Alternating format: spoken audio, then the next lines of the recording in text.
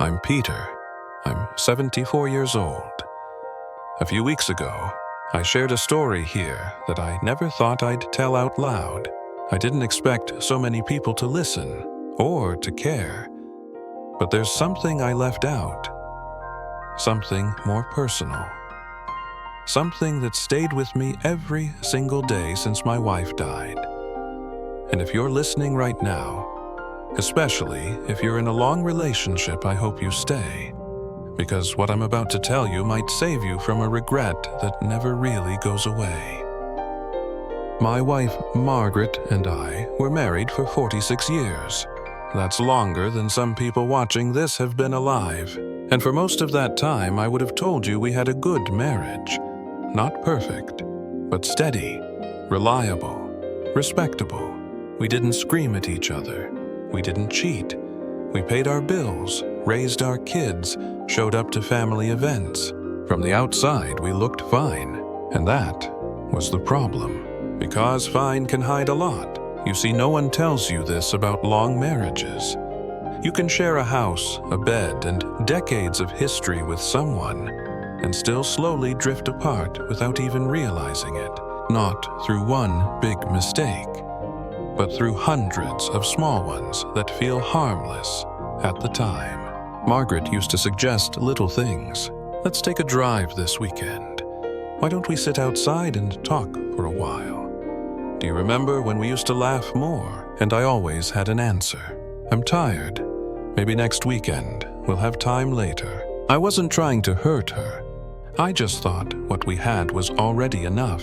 I believed that providing was love, that being faithful was love, that not doing anything wrong meant I was doing things right. What I didn't understand was that love doesn't disappear all at once. It erodes, quietly, politely, while you're busy living. I want to be very clear about something here. I wasn't a villain, but I wasn't present either. And those two things are closer than most people realize.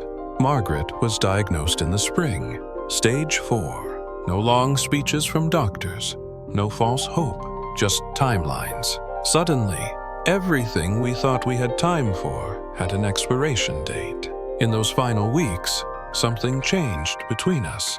We talked more honestly than we had in years. Not about schedules, not about logistics, about feelings, regrets, missed moments. One evening, about 3 weeks before she died, she looked at me and said something I'll never forget. Her voice wasn't angry. It wasn't dramatic. It was tired. Peter, we spent too much time being comfortable and not enough time being close. I didn't respond right away because suddenly everything made sense. All the moments she stopped asking, all the conversations that never happened, all the times I chose ease over effort. She wasn't accusing me. She was telling me the truth. Comfortable is not the same as connected. And I learned that far too late.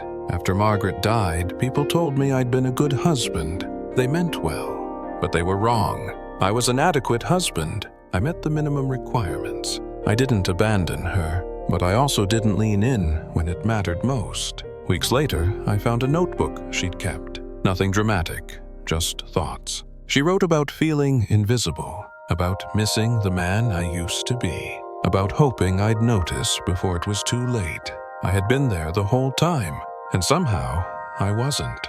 This isn't about guilt, it's about awareness. Because if you're watching this and your partner is still alive, you still have something I don't. Time. Here's what I learned too late. Relationships don't end because of one big failure. They end because of 1,000 moments of indifference. Because you stop asking questions, stop listening closely, stop choosing each other on ordinary days. Love isn't just staying, it's participating.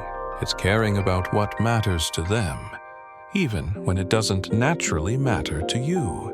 If you're in a relationship right now, don't wait for a crisis to reconnect. Don't assume later will come. One of you will be wrong about that. I'm not sharing this to make you feel bad.